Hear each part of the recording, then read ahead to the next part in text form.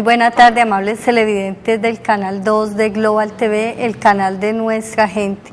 Bienvenidos nuevamente a este espacio de 30 minutos con temas de actualidad en el ámbito jurídico para que en un momento determinado que usted necesite hacer valer su derecho, pues pueda recurrir a estos temas.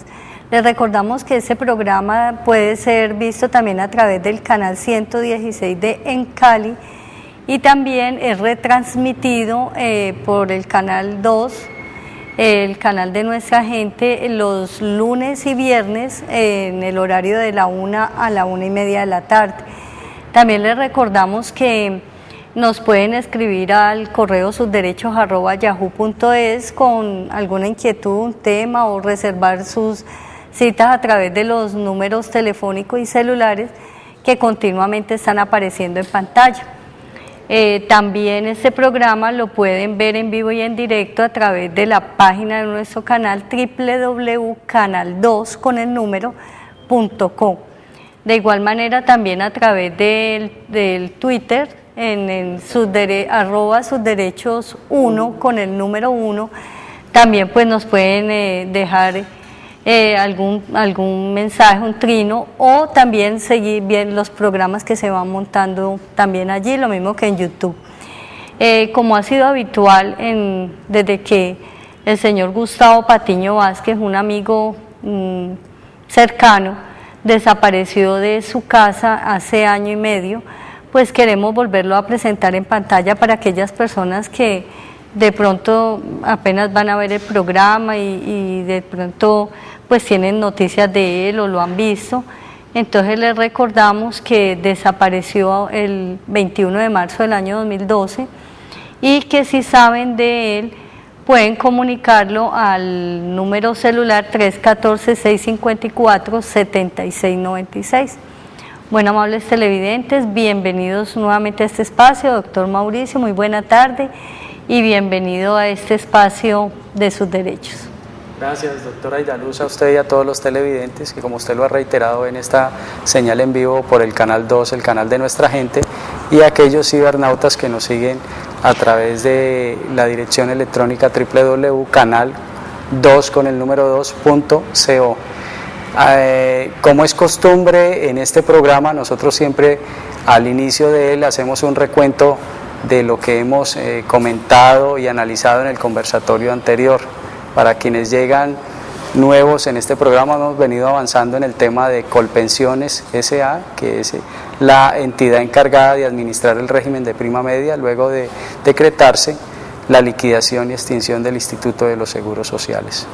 Nosotros abordamos el tema muy particular respecto a los derechos y deberes que tienen los usuarios, hicimos comentarios y hemos sido reiterativos sobre los requisitos que se requieren para acceder a la pensión de invalidez y a la pensión de vejez. Hoy será un tema muy importante para toda la comunidad de nuestra área metropolitana y aquellos que nos ven en el exterior también a través de la frecuencia, a través de la dirección de internet que les he hecho mención, y es la pensión de sobrevivientes. Es un asunto muy particular porque es el que mayormente llama la atención por las controversias que se generan, y en eso pues hoy entraremos a hacer de manera práctica y didáctica unos anuncios respecto a los requisitos que se requieren y adicionalmente algunas situaciones en particular que se presentan y cómo poderlas resolver. Entonces, doctora Aidaluz, es muy importante para aquellos televidentes que ven esta señal en vivo conocer exactamente qué es la pensión de sobrevivientes. Sí, bueno, esta es una pensión que se causa o que los beneficiarios de ella son las personas que pertenecen al grupo familiar del pensionado, bien por vejez o bien por invalidez del riesgo común, es decir, que no se genera por accidente de trabajo, sino por enfermedad común, que fallezca. Y pues ahorita más adelante mencionaremos pues qué requisitos se deben ostentar para poder obtener esa sustitución de la pensión. Y también para el afiliado cotizante que fallezca, ¿cierto? También dejando unos derechos acreditados. Es decir, habiendo cotizado 50 semanas, dentro de los 3 años inmediatamente anteriores a la fecha del fallecimiento, pues tendrán derecho sus beneficiarios del grupo familiar a recibir la pensión de sobrevivientes. Aquí ya no sería sustitución, porque sustitución es en tratándose de pensionados, porque la sustituye en las mismas condiciones que la recibía el pensionado.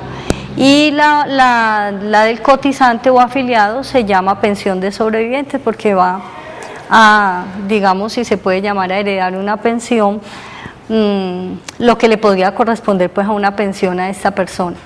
Entonces, aquí, ¿cuáles son los requisitos? Si fallece un pensionado o un afiliado, ¿cierto? Entonces, quien le sobrevive y era menor de 30 años, ¿cierto? Quien le sobrevive a la pensión, cónyuge o compañero o compañera permanente, tendrá una pensión que no va a ser vitalicia, sino que va a ser temporal, y esta por 20 años. Y esta persona tendría pues como la obligación de seguir cotizando sus aportes para más adelante o a futuro poder obtener una pensión por vejez, porque estas pensiones son compatibles, la pensión de vejez con la pensión de sobrevivientes o con la sustitución pensional.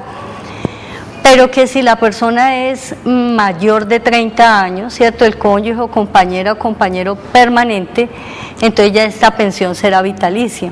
Pero en ambos casos, o sea, para la que es temporal y para la que es vitalicia, se requiere que haya una convivencia como mínimo de 5 años o los últimos 5 años antes del fallecimiento del pensionado o del afiliado, que hayan hecho convivencia bajo el mismo techo de manera ininterrumpida, como dicen las declaraciones extrajuicio, y que se va a aprobar compartiendo techo y lecho, haciendo una vida en común, una vida de hogar, de pareja.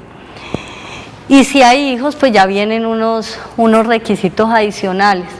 Esto es concordante, pues este documento 09 de Colpensiones es concordante con el artículo 46, 47 y subsiguientes de la Ley 100 del año 93.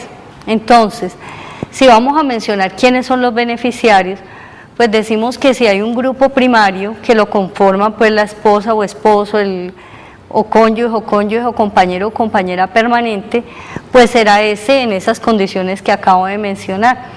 Y serán también los hijos entre 0 y 18 años, que tendrán derecho también a sustituir o a recibir la pensión de sobrevivientes en proporción, o sea, si hay cónyuge y compañera, pues será un 50% para esta y el 50% para los hijos.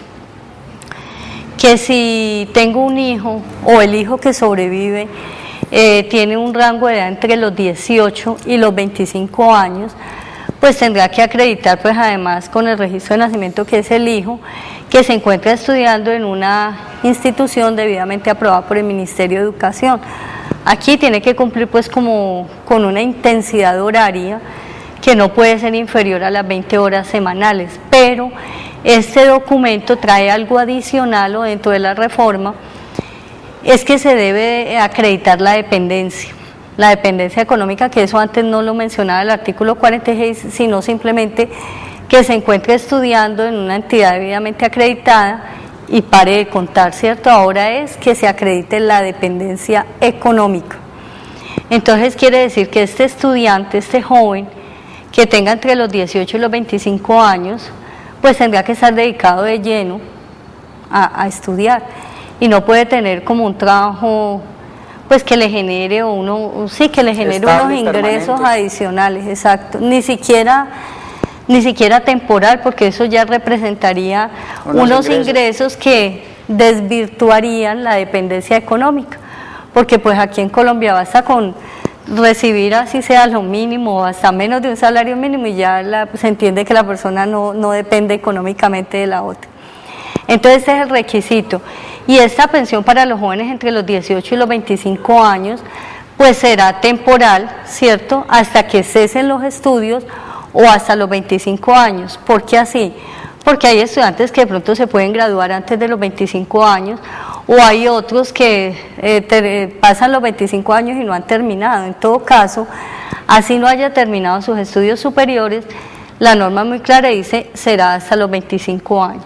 Bueno, que falta el grupo primario, sea, el pensionado o el afiliado no tenía un grupo familiar primario, o sea, no tenía esposa o cónyuge o compañero o compañera permanente y tampoco tenía hijos. Entonces serán los padres los beneficiarios de la o bien sustitución pensional o pensión de sobrevivientes. Pero aquí también el requisito sine qua non es que haya dependencia económica sin ingresos adicionales. Quiere decir que si, por ejemplo, los padres de Pedrito Pérez fallecen, pero tienen una renta, tienen una casita, por ejemplo, y la tienen alquilada y ellos perciben esa renta mensual, quiere decir que ya no hay dependencia económica, así sea un ingreso pues mínimo, ya no habría dependencia económica, quiere decir que ya estos padres no podrían ostentar o la sustitución o la pensión de sobrevivientes. Cuando no hay padres, ¿cierto? Y tampoco tiene grupo primario, no tiene cónyuge, compañera o compañero, no tiene hijos, entrarían los hermanos inválidos. Pero el requisito es que estos hermanos inválidos tengan como mínimo pues la pérdida de la capacidad igual o superior al 50% y la dependencia económica sin ingresos adicionales. Quiere decir que mi hermano inválido, en las mismas condiciones que mi hijo entre los 18 y los 25 años, pues no puede tener una ayuda, o si es discapacitado, pero una persona que es lúcida mentalmente, pues tampoco podrá utilizar su capacidad psíquica para realizar un trabajo por mínimo que sea, porque no se acreditaría pues como la dependencia económica. En eso es muy claro, o sea, tiene que haber dependencia económica. Y cesa cuando ya la persona que es dependiente o que queda como beneficiaria, pues adquiere ingresos económicos, entonces allí se suspendería porque la condición es la dependencia económica. Cuando mencionaba los hijos, me olvidé lo que concierne a los hijos inválidos también o discapacitados. Además de tener esta pérdida de la capacidad laboral igual o superior al 50%, también tienen que acreditar dependencia económica del causante para poder seguir pues o disfrutar esa pensión o bien de sustitución o bien de sobrevivientes. Estos son pues a grosso modo los requisitos. Es decir, es una adición porque creo que antes de establecerse ese acuerdo que ha mencionado usted de el 09, el 09, era solamente ese requisito para acceder los padres a cualquiera de esos beneficios. Ahora se lo ha transmitido a los hijos la total dependencia económica, como usted lo ha señalado, es decir, que no exista un vínculo laboral ni perciba ingresos o utilidades producto de cualquier situación en particular que tenga esa persona. Es el hijo o los hermanos, cuando usted ha señalado que ese grupo primario de esa persona afiliado o cotizante por algunas circunstancias haya que adelantar el trámite que hemos hecho mención. Y eso hay que tenerlo muy en cuenta porque en algunas situaciones se presentan las reclamaciones y no está acreditado esa situación en particular y conllevará a que sea una negativa por parte de la entidad que hace el reconocimiento pensional. Entonces eso es muy importante tenerlo en cuenta porque es un ingrediente novedoso. O sea, lo que hace mención a la dependencia. La dependencia porque había un requisito para un grupo en particular y ahora se ha extendido para los hijos que están entre los 18 y los 25, los inválidos. Y los inválidos y los hermanos que también, pues obviamente si hay una persona que uno se preguntaría, ¿no?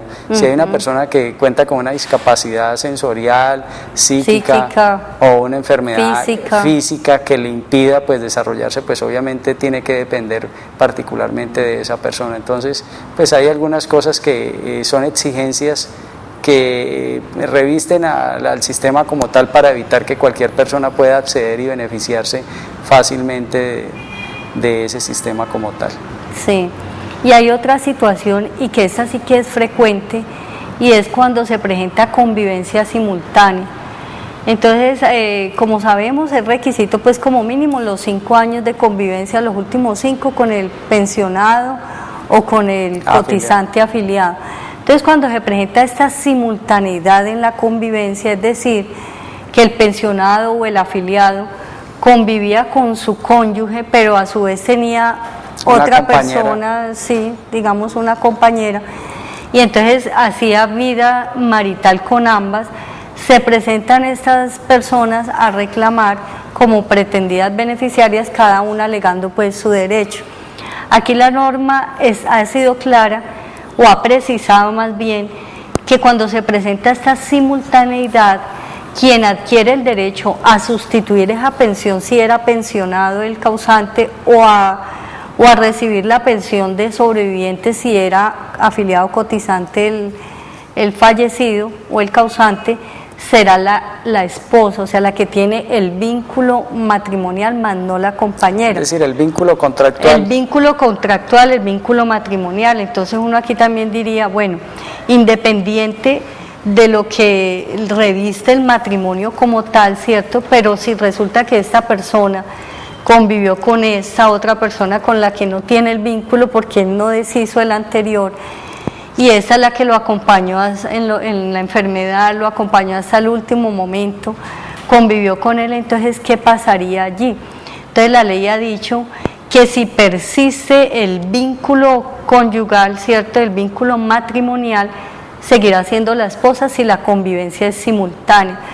Pero si se demuestra, por ejemplo, que realmente con la esposa, o sea, con la que tiene el vínculo matrimonial, no estaba viviendo hace mucho tiempo atrás, y que efectivamente los últimos 5 años de su vida los compartió, los vivió con la compañera, le corresponderá a la compañera, ¿cierto? Pero si el vínculo conyugal no se deshizo, quiere decir que si este pensionado o este cotizante, pese a ya no vivir con su esposa, nunca se acercó a hacer, si era matrimonio católico, una cesación de efectos civiles del matrimonio católico y la liquidación de la sociedad conyugal, o si era un matrimonio civil, no hizo el trámite, ¿cierto?, del divorcio y la cesación de los efectos civiles de ese matrimonio civil, la cesación no, la liquidación de la sociedad conyugal, pues esta beneficiaria, esta pensión, será para las dos beneficiarias, será compartida. ¿Por qué? Porque él tiene un vínculo conyugal vigente. Entonces aquí también es un llamado que en la mayoría de los casos se fallece el pensionado o el cotizante y es una lucha porque se presentan termina dos la controversia en los estrados judiciales normalmente. Exactamente. Entonces ¿qué hace Colpensiones? Porque además la Corte así lo ha señalado, y es que cuando se presentan pretendidas beneficiarias le da la potestad a la administradora de fondos de pensiones, le dice: usted no está obligado a resolver esa solicitud que han presentado. Exactamente, sino que le dice: yo le dejo a usted la potestad que invite a las personas a que lo hagan ante la jurisdicción ordinaria laboral para que sea un juez de la República el que decida a cuál le va a corresponder. Entonces aquí tienen que entrar pues las pruebas, a demostrarse realmente la convivencia, sí, con la prueba sumaria que se va a presentar. Amables televidentes, hago una interrupción porque me están informando que en este momento se abre la línea de participación a la comunidad a través del número que aparece en pantalla, para que usted, amable televidente, pues si desea formular una pregunta, con mucho gusto pues lo haga y trataremos pues de absolvérselo. Si no hay aviso, pues vamos dando continuidad al tema. Entonces es eso, es como hacer también un llamado, como a la cordura, pienso yo, porque si uno no ha definido una situación y el derecho no es exclusivo, sino que es un derecho que es público, que es de conocimiento, pues como arreglar este tipo de situaciones, porque muchas veces se ven afectadas las personas que realmente dependían económicamente de esta persona, caso por ejemplo de una compañera, porque es que se ha dado que también dejó hijos con la compañera y entonces ya queda esta mujer con unos hijos que responder. Obviamente que los hijos, el derecho no se les va a menoscabar, ¿no? Y a ellos, si son 10 hijos, pues el 50% se les entregará a esos hijos a prorrata, partes iguales, a prorrata. Exacto, pero ahí la dificultad viene es con la cónyuge y la compañera. Entonces, si la cónyuge tiene el vínculo vigente, pero no convivía, entonces se reparte en proporción, pero aquí la proporción digamos que yo no sabría decir, catalogar esto si es equitativo o no, porque aquí se la dan es proporcional al tiempo de convivencia. No tiene que no es por el 50%. Exacto, aquí no es que el 50 para una y 50 para la otra, sino que el porcentaje va en proporción al tiempo de convivencia que tenga. Entonces, muchas veces el vínculo matrimonial, pues por lo general cuando son personas adultos muy mayores, pues por lo general el matrimonio ocurrió hace 30, 40 años y persiste ese vínculo, pero resulta que con la compañera solamente se dio una relación de 6, 7, 8 años. Nos informan que hay una llamada al aire, entonces hacemos una interrupción. Muy buena tarde. Sí, muy buena tarde.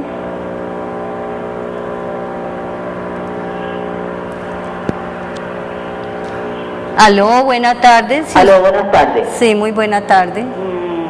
Sí, doctora, para hacer una preguntita. Con mucho gusto. Hay vivía con un señor, habla de una señora Carmen, vivía con un señor, pero la esposa de él murió hace 4 años y él vivió todo el tiempo conmigo, pero la señora falleció y él me hizo como la notaría, una declaración. Pues, sí, una declaración, pero al morir él no me metió al seguro. Entonces, ¿qué puedo hacer ahí? Porque no aparezco como beneficiaria porque él no me metió al seguro. Bueno, en ese caso, o sea, no es que no sea importante, pero el hecho de que no la haya beneficiado se puede dar por otras circunstancias. Puede ser que la compañera tuviera una EPS, fuera cotizante, entonces digamos que esa no es la condición. Lo que usted tiene que hacer es probar. Si usted ya presentó la documentación y se la negaron porque no han podido demostrar esa convivencia, pues usted tendrá que acudir ante la jurisdicción ordinaria. Pero en principio usted, si apenas va a meter los papeles, tiene que acreditar es con esa declaración que en vida él suscribió con usted ante un notario público, certificando pues que tenían una unión marital. Esa le sirve. Usted tendrá que llevar también declaración de testigos, de 3 testigos, y tiene que llevar declaración suya también. ¿Usted tuvo hijos en común con él? No. Él al contrario, yo tenía 2 hijos de otro compañero, sí, pero pequeños, y él me los ayudó a criar a ellos. Pero lo que pasa, cuando él murió, pues no me metió a la EPS y ya el seguro la negó. Sí, bueno. Por eso allí a usted le toca es controvertir demostrando que realmente convivió con él, pruebas. Si pagaban alquiler, pues estará el contrato de arrendamiento, por ejemplo. Esa es una de las pruebas que consideran fundamentales el estar afiliado al sistema de seguridad social, pero como lo ha mencionado la doctora Aidaluz correctamente, existen otros medios probatorios para demostrar esa convivencia que usted tuvo como tal. Sí, ya usted tiene que, mejor dicho, recaudar pruebas y demostrar fotografías, todo lo que la vincule con él como compañero, una celebración que hicieron, un paseo. Bueno, habrá una cantidad pues de pruebas. Si usted gusta, con mucho gusto nos da una llamadita y le diremos al respecto. Porque por ahora le agradecemos su sintonía y pues ya se nos termina este espacio al aire, lastimosamente corto. Y bueno, darle las gracias a usted, doña Carmen, también por estar viendo este programa, y a todos los televidentes. Que Dios los bendiga. Hasta una próxima oportunidad, doctor Mauricio. Hasta pronto. Hasta pronto, doctora Aidaluz, y hasta pronto a todos los televidentes que pudieron observar esta señal en vivo a través del Canal 2, el canal de nuestra gente.